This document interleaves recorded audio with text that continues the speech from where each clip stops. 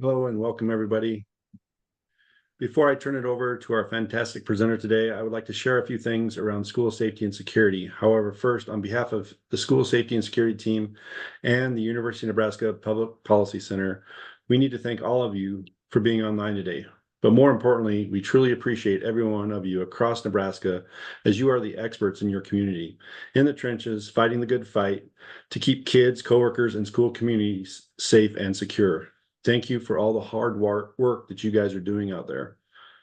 For those of you who I have not had the pleasure of meeting yet, I am Jay Martin, the Nebraska Department of Education School Safety and Security Director.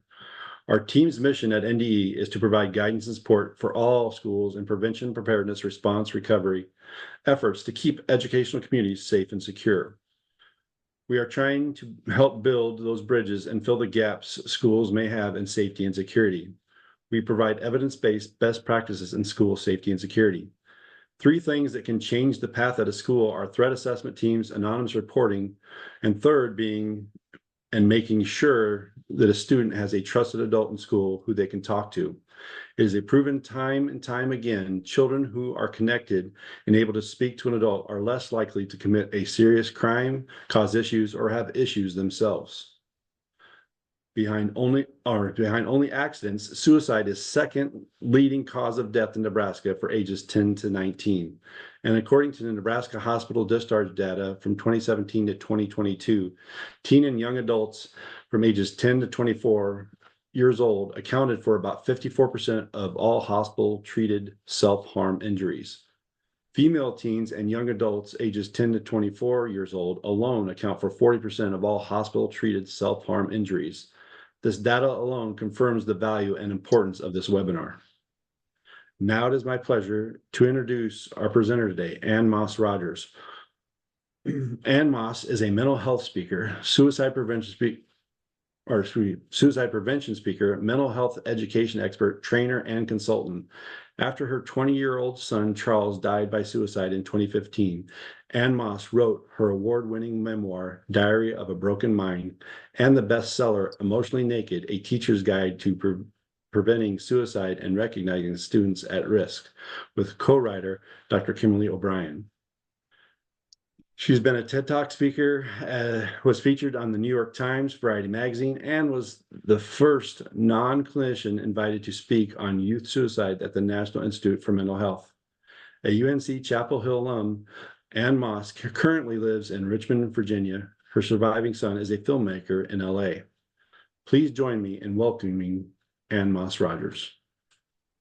Hello, everyone, and thanks for attending today. And I appreciate all the lively chat. Keep it going. I love a lively chat. It lets me know that people are there. And welcome to Coping Strategies for Grief and Loss, Healing in a School Community After a Suicide Loss. We will be talking about subjects that are sensitive today. So I wanted to offer a content warning, and I know that this group knows about 988 and the crisis text line 741-741, and our students especially love that crisis text line. And I'm going to introduce you to my son, Charles. And he was the funniest and most popular kid in school. Yet the funniest and most popular kid in school struggled and lived with depression, anxiety, ADHD, ended up becoming addicted to heroin, and he took his life in 2015. This is a picture of him on homecoming court. Last person you would have ever thought would have taken his life, as funny and engaging as he was. And in this picture, he's being escorted by his favorite teacher, Miss Fretwell. And the reason he is being escorted by his favorite teacher is because I was escorting my older son, who was a senior. Charles was a sophomore that year. And so he chose his own escort. And I think to a lot of people, looking down from the stands that day, they probably thought our family had it made, right? And nothing could have been further from the truth. because it wasn't long after this picture was taken that Charles's drug use started to escalate. I didn't know why. And I would find out later it was because he was numbing his thoughts of suicide with those drugs and alcohol. It would be in the back of a police car in a parking lot after my son got out of, he left a recovery house and he went to detox. And for 2 weeks, we didn't really know where he was. And in the back of the police car, they told me they had found our son dead that morning. I thought for sure it was an overdose because of the heroin. But the policeman said it was a suicide and the method left no question. A lot of people today still think that my son died from overdose or intentional overdose. Did not. Really started to struggle after this point, wondering how I could survive. Because the first thing that happens when you have die by suicide that you're close to, whether it's a student or a loved one, you really start to drown in it's all my fault. And what I want everyone here to know is that we were a normal family. We did normal family things. We went to the beach, we went to the library, we played games, we had birthday parties. It wasn't something I said or did that caused my son to suicide. But it would be a long time before I would actually get to the point where I wasn't blaming myself. So every day I would get up and I would start to torture myself with all those coulda, woulda, shouldas. And day after day, I was spending way too long in that really dark space. Until one day I'm like, I need to put some boundaries around this. So I sort of made up my own strategy and said, okay, I know that sort of coulda, woulda, shoulda is part of a suicide loss. It just is. But I can't spend all day there. So I gave myself a 5-minute limit and I could do it once a day. So once a day, I would torture myself. I would go over the same things over and over again. It's my fault. These are the reasons. And at the end of 5 minutes, I was done. The feeling would lift and I would distract myself. Later that afternoon, I would have that same feeling and I would start to go down that rabbit hole and be like, nope, no, you have to stop because you've tortured yourself already today. You can't torture yourself again. Tomorrow is a new day. You can wake up and have that whole 5-minute torture all over again. And that really helped me cut down on the amount of suffering I was doing, because nothing takes the pain away. Nothing takes the grief away, but we can manage and lessen our suffering. Now, some people have said, oh, that didn't work for me. It works for me if I do it twice a day for less time, whatever works for you. But there are ways you can kind of put a fence around it so it doesn't take over your whole life. Another thing I realized is I had to feel my feelings. There is no getting around the pain of grief. You can't get under it, around it. I didn't want to go through it, I can tell you that. But I learned that I had to go through it and to really dive in head first and feel the feelings, because those really intense feelings, the ones that took me to my knees, had me curled up on the floor, kicking the wall, banging on the floor, they lasted about 60 to 90 seconds.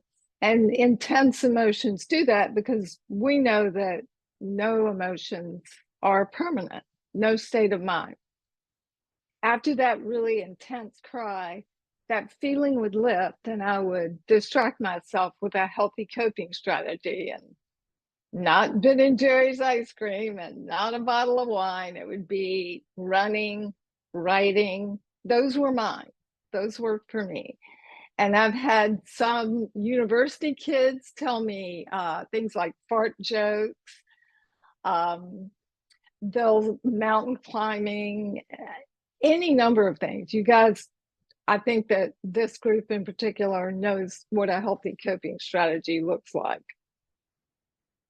So we're going to talk a little bit about the school community. And when people call me right after an incident has happened, it is usually a school counselor. And they're really struggling because they feel like this child who's under my care, I'm the professional, I'm supposed to recognize this. And I understand that feeling, but I want you to understand that's pretty much how all of us feel. And we can't do it for another human being. The best we can do is help someone else save their own life. We can't save their life for them. They have to meet us. So what I'm going to talk about for a moment here, and I would love your reaction in the chat, is here's some of the feelings that people have talked about: sadness, shock, denial, pain, guilt, shame, and fear. So if you have been through a suicide at your school or been through one personally, or even a grief event, if you could share how that felt for you, or what were some of the feelings that you had. And I can tell mine was, I guess it was all of these. I didn't have as much anger. My son had more anger than I did, but I just accepted that's how he felt, that helplessness. I think as school counselors, I hear that a whole lot. Thank you all for sharing, and keep on going. So I wanted to first bring up, how are we going to avoid contagion? And I think one of the ways we do this is to talk about grief in a sensitive and safe way, offer and publish resources, and promote help seeking as a sign of strength, and encourage students to pay attention to peers. So I usually find that administration, desperate to get back to normal, wants to glaze over all that stuff called grief. And they want to get back to learning because that's what they're in school to do, according to them. But once we do that, we're missing an opportunity to educate, and we're actually kind of setting up a tinderbox for that contagion. Because you've got a lot of people in the school wondering why did he kill himself or herself or themselves? But then you have a number of kids who've been struggling for a long time, or even coworkers. And that suicide gives them the idea that, well, maybe I should do the same thing. So we know that talking about suicide doesn't give them the idea, but being exposed to one does. And therefore, we need to start to have the conversation and talking about grief. And also with that, publishing resources, we're saying we're a safe space at this school to talk about this subject. And I'm a safe person because I'm willing to say the word grief and suicide and have conversation about that. They're uncomfortable conversations, but there are ways we can talk about that. And one of them is talking about typical grief feelings. It is not just the teachers, administration, and the school counselor and the mental health staff that is supposed to spot other students at risk. We need everyone doing that. We need all eyes, all ears. We need kids, monitoring social media and prepared to come back and tell a trusted adult if they see something. Because again, that grief event is going to really start to conjure up a lot of issues with children. You also have a lot of competitiveness. I knew her more. She didn't really know her that well. And then sometimes people get real competitive about, well, we need to plant a tree. So it's really a good idea to have a policy in place that you're going to treat all suicides, all grief events the same, no matter if it's a suicide or death by automobile accident. Because once we start saying things like, well, we're not going to put her in the yearbook because she died by suicide, and you're going to get media attention you don't want and all sorts of bad vibes. I think it's really important to have a plan.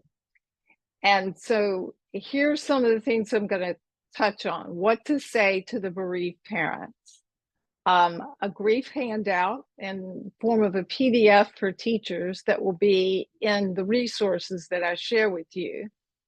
Outside grief resources, how can you bring other people in to support you? Maintain your structure, and how to support yourself. And I'm going to be concentrating more on 1, 2, 3, and 5 today, because you've already probably understand the maintaining your structure part. So I'm going to put the grief resources in the chat now.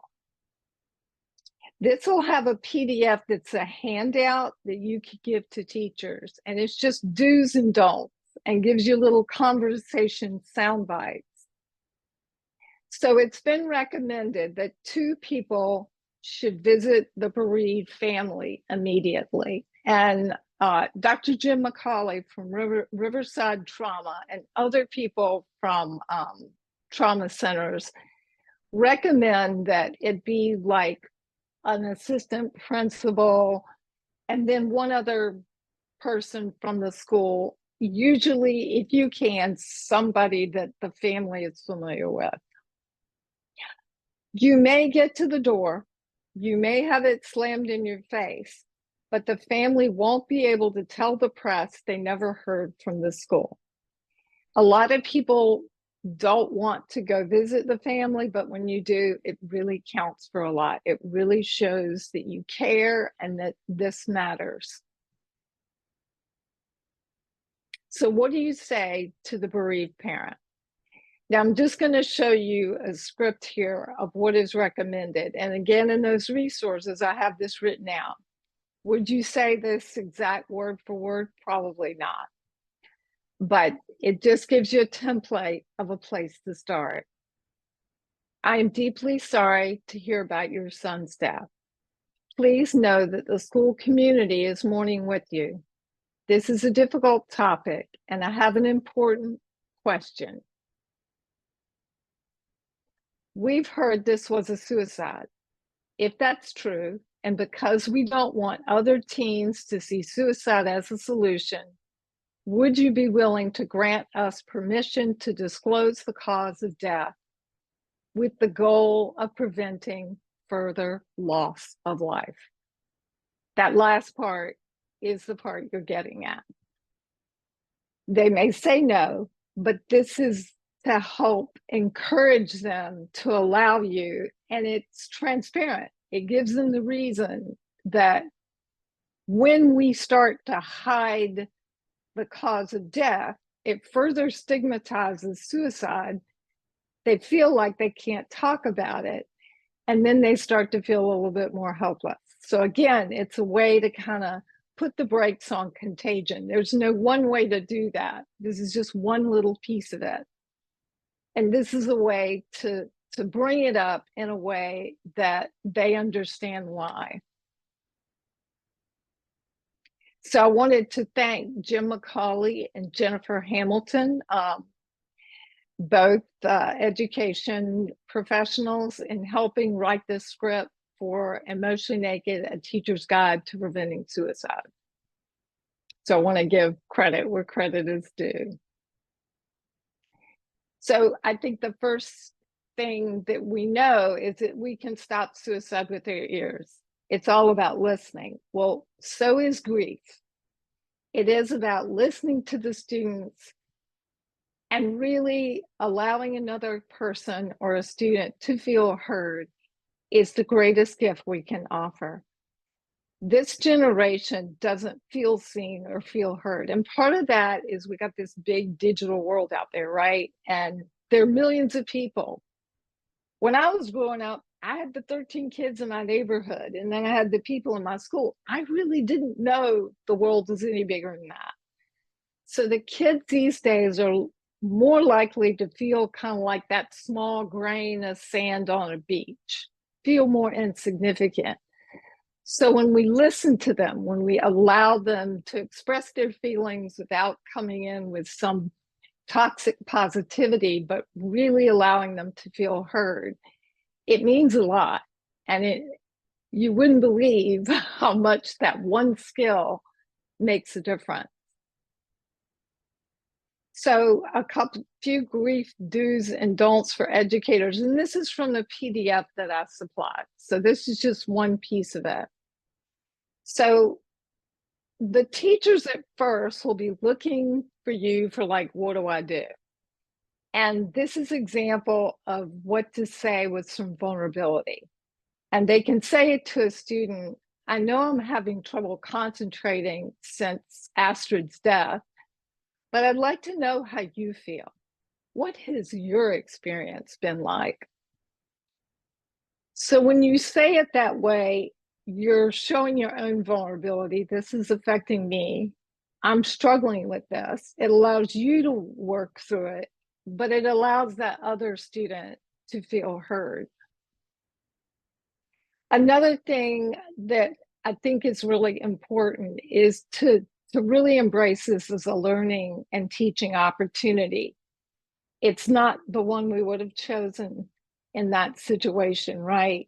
But when it happens, that's when people are going to listen to you. They're not going to listen to you 2 years from now. They will listen to you after this happens.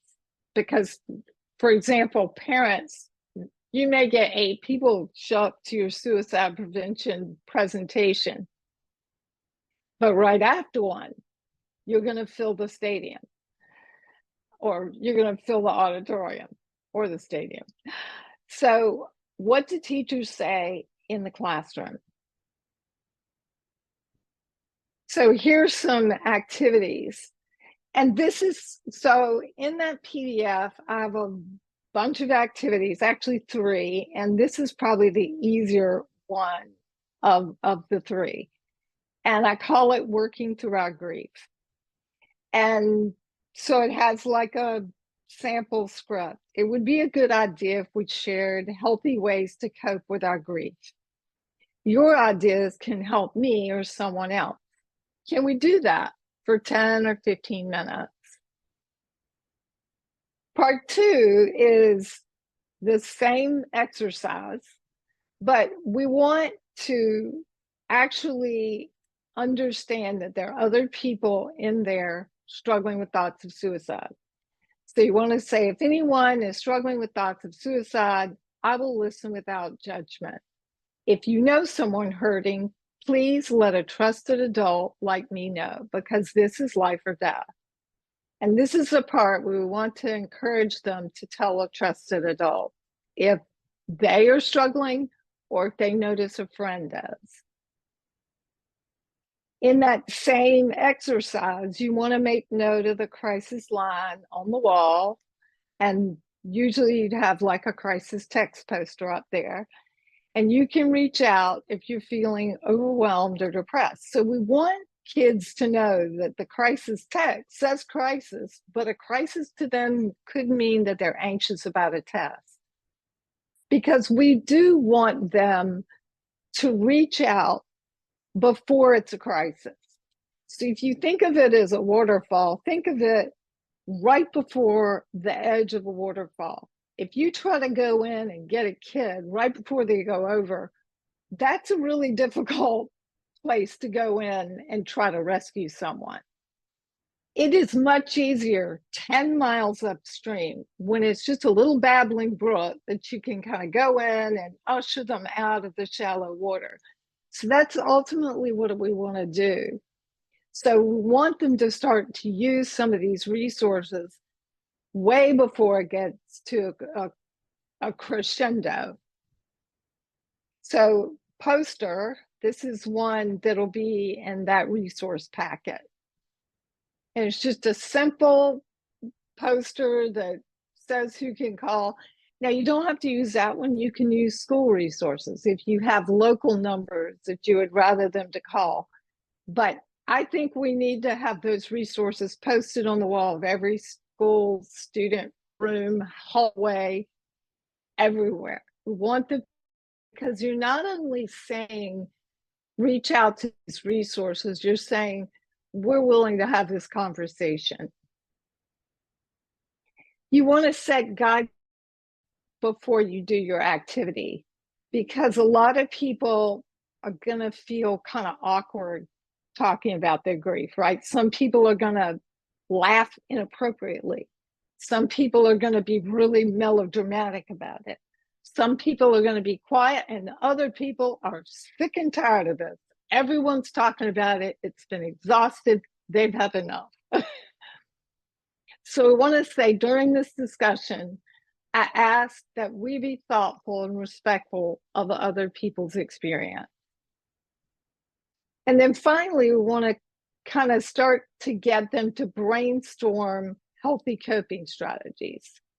And when they bring up something like retail therapy as being something really great, we want to just ask them enough questions so that they put it in the right columns. So usually what we do is we put it up on a whiteboard and have healthy coping strategies, unhealthy coping strategies. They can meet in groups first, and somebody can share the top ones from their group, or you can have the whole classroom work together. It depends on the personality of the group. And these are just some of the few ones that have that are the result of some university and high school classes I have done. So that's just one activity. I've got another one called the coulda, woulda, shoulda, where you're actually talking about suicide in the classroom. And it's recommended that the discussion be about 15 minutes, because you're really not, right after an event like that, you're really not going to be able to dive into the curriculum. There may be something else you have planned for class, but letting them kind of get out what's in their head right then in a group where it's safe is a really good idea, where your eyeballs are on them. So here's another activity example that's been really popular, and this is the coping card. And I do this card with, I've done it with 500 university students at North Carolina State University. I've done it in a room with like 5 kids. This is based on Craig Bryan's crisis response plan. So it's kind of a dumbed down version, and it's basically a coping card anyone can do. So I'll have parents do it with their kids, and the parents have to do one too. I want to point out the reasons for living. There should be at least 2. And then the third one, I usually like for them to put down just some keywords of a pleasant memory in the past. So mine would be Vienna, 1995. And on the flip side is the bonus back side is what I call the Book of Wins. And it's, you know, I made a great goal in soccer. I won this prize, or I make great pimento cheese sandwiches. Just really anything that someone considers their book of wins. A kid from NC State University last week shared that he came to the United States with absolutely nothing. And he was 2 years in. He said, I still have nothing, but I'm still here and my grades are good. And I feel like I'm going to make something of myself. So that was his book of wins, that he not only survived the last 2 years, but had actually done really well. Another activity example as I've gone in afterwards and had the kids write down if they knew the child. And if they don't know them, this might not be relevant, but one thing to kind of share with the family about their child, because a lot of kids have stories in their heads that me as a mom, I will never know them. But if somebody writes them down and hands them to me, I got one of these. Nothing, nothing has meant more to me than this little stack of index cards with stories about my baby boy. And there were kids who were absent that day, so they came and sent me those messages via social media. So I screenshotted them and I glued them on an index card and I added it to the file. And this is a lovely way for the kids to express their grief, for you to express your grief, and to share it with the family and create that sense of connection and belonging. This is from a school in Massachusetts, and this is from Jen Hamilton, who is director of counseling there. She said that what happened is after a student's suicide is that the students started just writing all these sticky notes and posting them all over the school. You're not alone, you're loved, reach out if you're struggling. And she said it was the most beautiful sight to come in and just all the walls were papered. And allowing kids to be part of the grief process. When we get adults making all the decisions, then we're really not coming up with strategies that are helpful for the kids themselves. So they need to be a part of it too. And yeah, there are some rules, but if we explain what those rules are, they do a pretty good job of coming up with some ideas. And then Sheila McElwee does this with her class, and she started doing it after she lost a child to suicide in her class. And she did every Monday a mental health check-in. And what was interesting is she said that the first 3 weeks, they would just kind of name a number. And she said after a while, they would start to say, well, I'm a 2 today, but that's because my dad had to go in for, a cancer test. But then another kid in the class who had been through that say, that happened in my family too. So it starts to create that connection.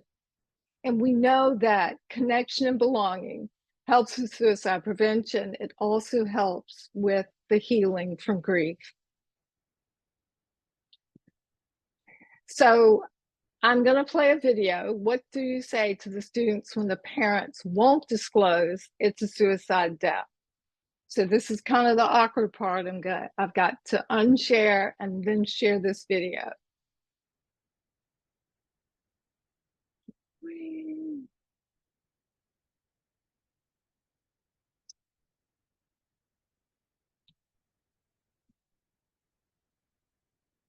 Because the kids always say, oh, the school's not being honest with us about what happened.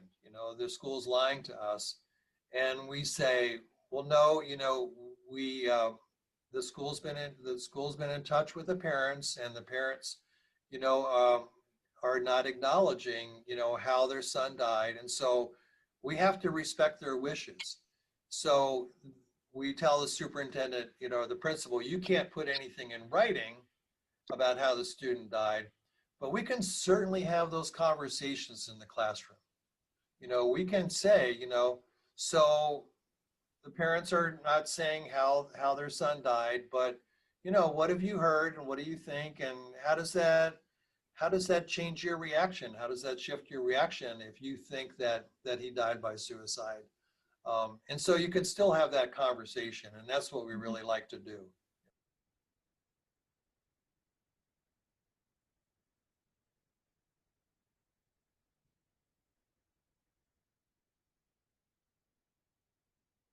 All right.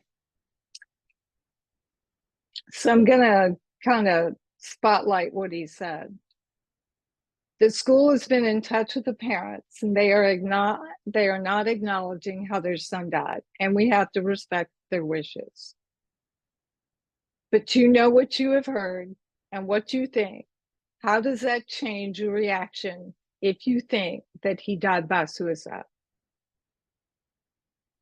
So you're still respecting the family's wishes, but if it's going around and there's a bunch of buzz that this was a suicide, it's important to acknowledge that and have that conversation, but let the kids know it's transparency. Our hands are tied. We have to respect the parents' wishes. I want to also mention the yearbook, and this is one of my most popular articles. It's just the hottest thing on Google. And I share it because a lot of people will call me and say, they didn't put my daughter in the yearbook because she died by suicide, but the kid who on the football team who died of heat stroke, they put him in there. And it starts just this awful fight and going to the newspapers and a lot of unwanted media attention. So I think it's really a good idea for schools to have a way to address how are we going to deal with that in the yearbook. And I say you just dedicate a page to anybody that died that year, or a half page, and you keep it simple. Like, basketball coach and PE teacher, Terry Bernard Jr. died June 18th to December 22nd. You don't have to put their cause of death. But I think it's really important, not because when your child is not included, it feels like they're being erased. And the one thing we as parents don't want is we don't want our child forgotten. And it is so, so painful to those parents who call me every year or write me every year that their child's been left out of the yearbook. And I'm happy to say that that post has gotten about 100,000 people to it because a lot of people look it up. So in summary, visit the family, ask for permission to disclose the cause of death. Make sure other staff have guidance on what to do or say. Don't let administration accelerate back to normal when everybody needs more time to grieve. And treat all deaths the same in the yearbook and at graduation. Again, the graduation is not a memorial event, but you can still mention a child as being an honorary or memorial graduate. So this is where you find some of the resources. I'll put that in the chat again. And this has a lot of the scripts and pretty much any of what I've mentioned thus far. Does anyone have any questions up to now? I'm not going to wait forever, but I'll wait a few seconds. I will move on. If you all have questions, make sure you put it in the chat, and my helpers today will catch it and at least ask me at some point. So how can educators help students bereaved by suicide? And here I'm talking about kids who've had one in the family and they're coming back to school. This is Kiernan Gallagher, and she's 14 years old. When I was writing this section of my book, I remembered that Kiernan had an excerpt from a school paper that she had written. And I thought that's probably going to be the ideal piece to share for the book. I thought I was going to read this to you all, but every time I did, I kind of fell apart. So I've recorded it instead. It's not the world's greatest video. but I think you'll get the point by hearing her words, even though I'm reading them in this instance.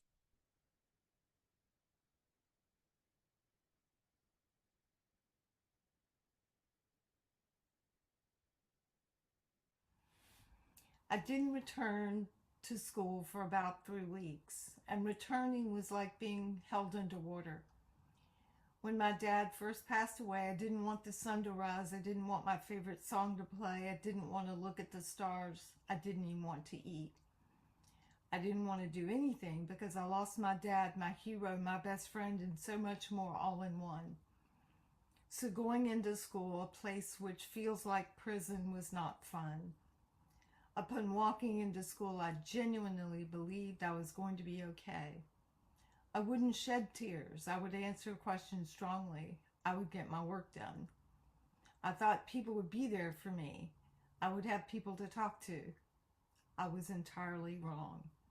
I sobbed, couldn't stay in class, and when people asked questions, I only had the strength to answer some.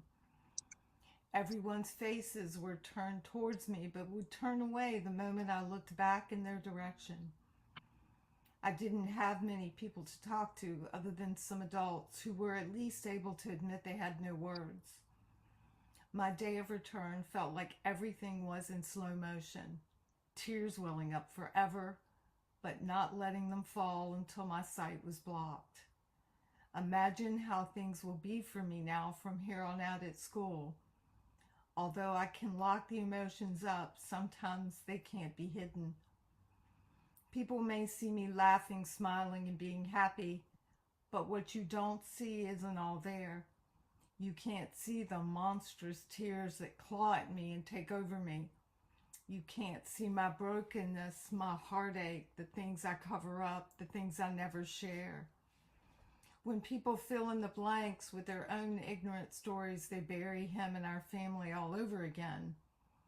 You can't see how much I wish my dad was here, using the mop as a microphone to sing as he made all of us help him clean the house.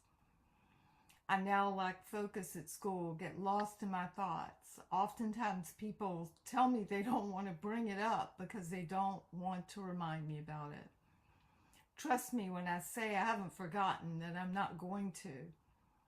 I will never forget the police sirens, the ambulance sirens, my mom's screams, not being allowed at my house, and the goodbye I didn't know was a goodbye.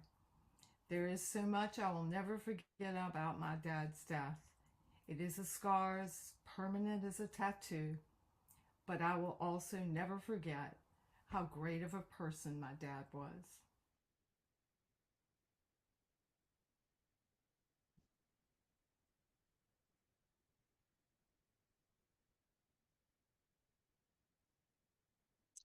I thought Kiernan said it better than I could say it. And so I asked her mother and her permission to share that in the book. And that's just part of it. She really shares the experience well of coming back to school. So I've got a checklist that I wrote for the book, and this is just part of it. But having a conversation or choosing a liaison to have a conversation, maybe another child in the school has lost a parent or a brother, for instance, to talk to the student about how they may answer questions from peers. And I have like a worksheet in those resources. Coordinate with the student to choose a buddy for support upon their return if they want. Because it's really tough to walk in that first day sort of naked and alone. And I can tell you, when I walked back to work the first time after losing my son to suicide, it was really very hard. And then help students identify 2 trusted adults to check in with. So some of the possible responses to what happened or how did your dad die? Because they don't think ahead of what questions might be asked when they get back to school. possible, and there's no wrong answer to this question. So possible responses could be my dad killed himself, ended his life, suicided. My brother died from depression. My sister died last week, and that's all I want to say right now. I really don't want to talk about it right now. It can be a number of responses depending on how they feel, where they are. But even if they can't look at the worksheet and give you an answer or the liaison an answer, they'll at least start to think about it. And that's important for them to kind of have some planned responses when they get back to school. I think it's important to have a difficult days plan, identify places and people for refuge, identify coping skills for difficult days, and help the student and the importance of feeling their feelings to process. In summary, identify a buddy, 2 trusted adults, a place of refuge for the student. Conversation before they return on expectations, and encourage the students to feel their feelings. And of course, there, we do usually, and you all know this recommendation, kind of adjusting the workload for that student. Again, this is a PDF of the resources. Any questions up until now? And I think I'll have some time at the end too, if anyone has any then. So finally, we're going to talk about how educators can support themselves after a loss by suicide, because everybody's looking at you and you're grieving and you feel like you're having an out-of-body experience. And then you feel this sense of responsibility, plus you have to, it's your responsibility to lead everyone through this. So it's a really difficult place to be. And I haven't been in a school doing this. So I talked to other people who have been. And I think one of the most important things someone shared with me was RAIN for grief. Recognize the thought, allow it to be there, investigate it, what's going on, what are the facts, and nurture yourself. Can you send yourself some compassion right now? And then I'm going to play a video by my friend James Biela. He is a social worker in Alaska. It doesn't get more rural than that, I'm telling you. And while it's a very different environment, so you have to take a bush plane to go to the various school districts. And this is one of the longer videos, but I couldn't really find something to leave out. So it's about 4 minutes. But he actually lost somebody close, and I think it really starts to illustrate, what he did with that grief and how he processed it.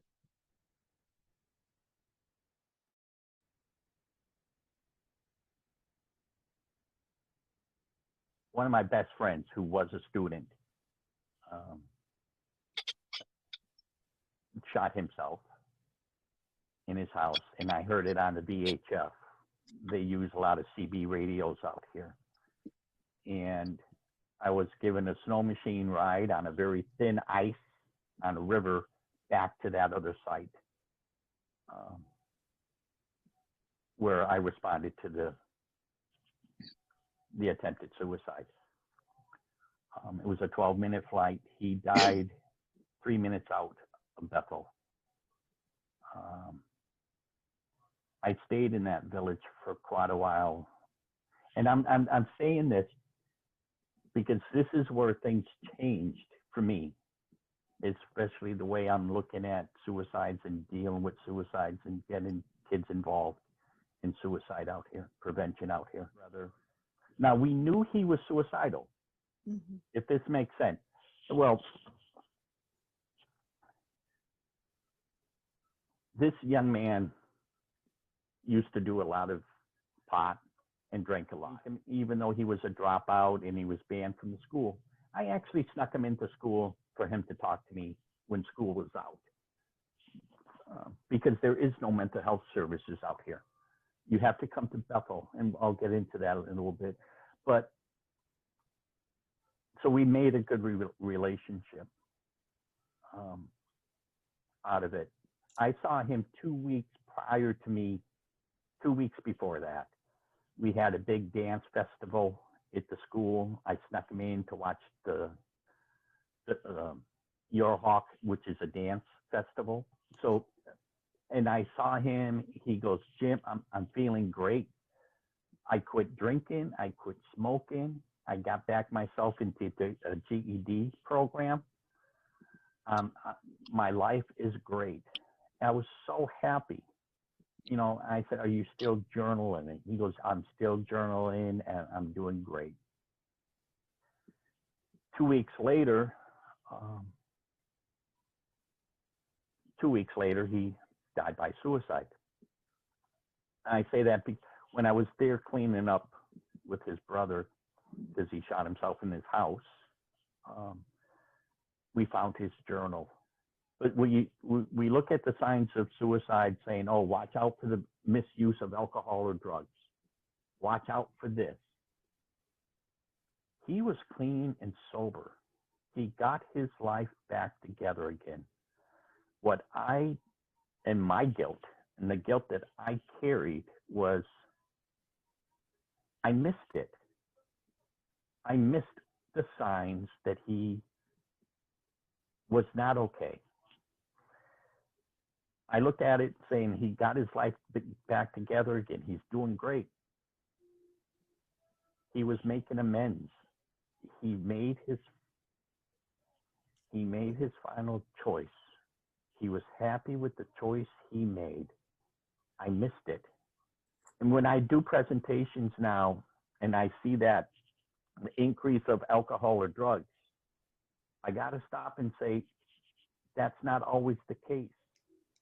I even sat with the parents and I apologized to the parents. And the kind of look, it was saying it's not your fault. And it was like, I'm the professional who's supposed to not take it as my fault. But when it happened that close and I missed it, it hurt. But I turned that hurt and pain into I got to learn more. If I'm going to work with this population, I got to learn more.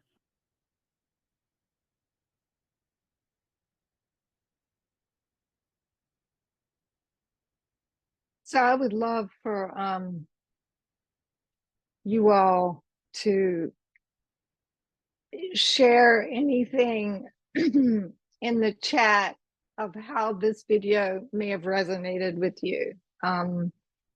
He's brought up a lot of points about kind of how he turned his grief into action.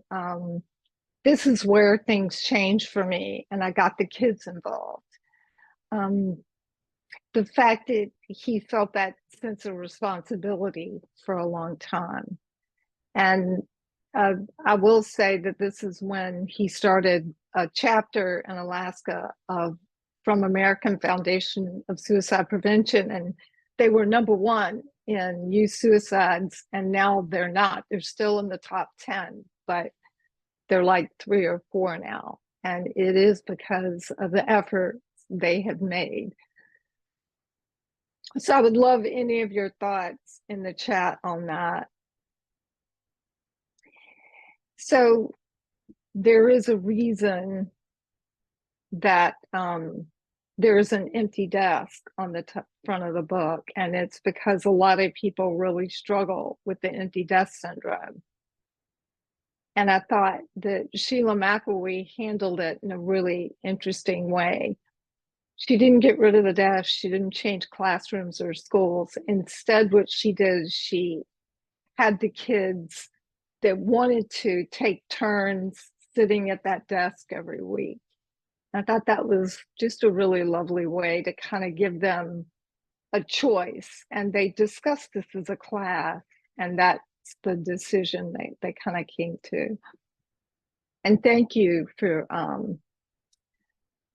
Joelle and Stephanie for your thoughts. I appreciate that.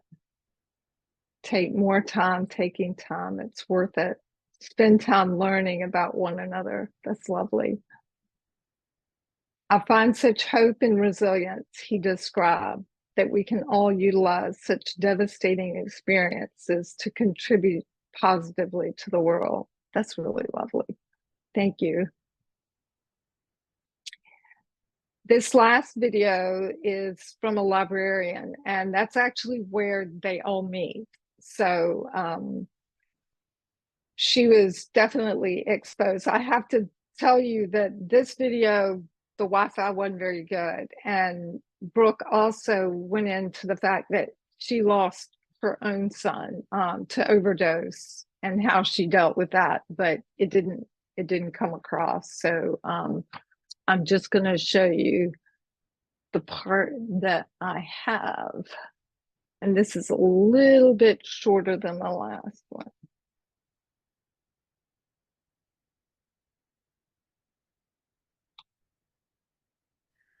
Well, I can say that I have been in a school system, the same school system for 31 years. And in that time, every so often we've had a suicide at all three of the schools where I've worked. And there were some commonalities, I think,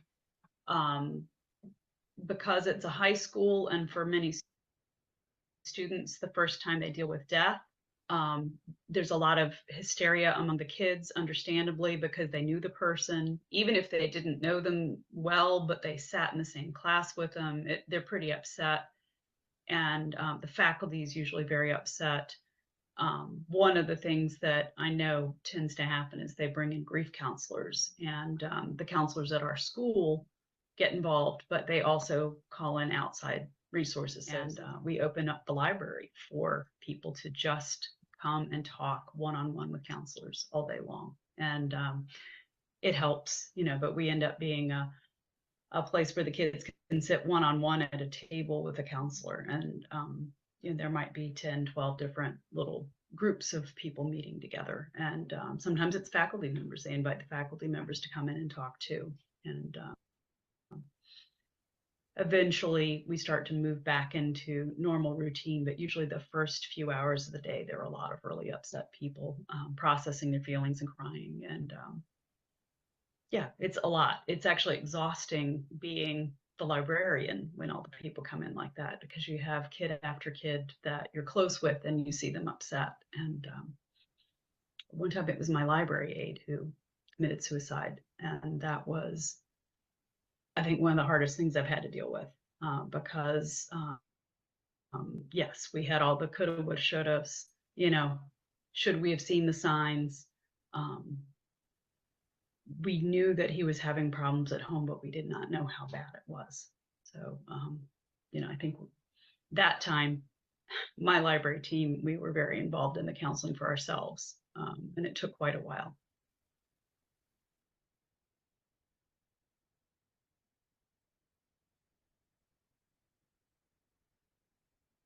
So I would love, again, for you to share anything that she said that resonated with you, and that her name's Brooke Davis. So she's had a lot of experience. I've known her for a long time, and then she just lost her son to overdose like 9 months ago. And we've been in conversation for many years, and he was in recovery. So I also want to point out that there may be times, especially in the grieving part of the process, because grieving raises that risk for suicide, and it can raise it for you too. And you may feel like you don't want to live. So we know that those grieving a suicide are at higher risk, and that's not just students, but coworkers, principals, and other leaders as well. It is okay to live right now because you feel obligated to live. Sure, that's not sustainable long-term, but it is sustainable short-term until you can start to feel like you want to live again. And I encourage you to model telling someone if that is the way you feel.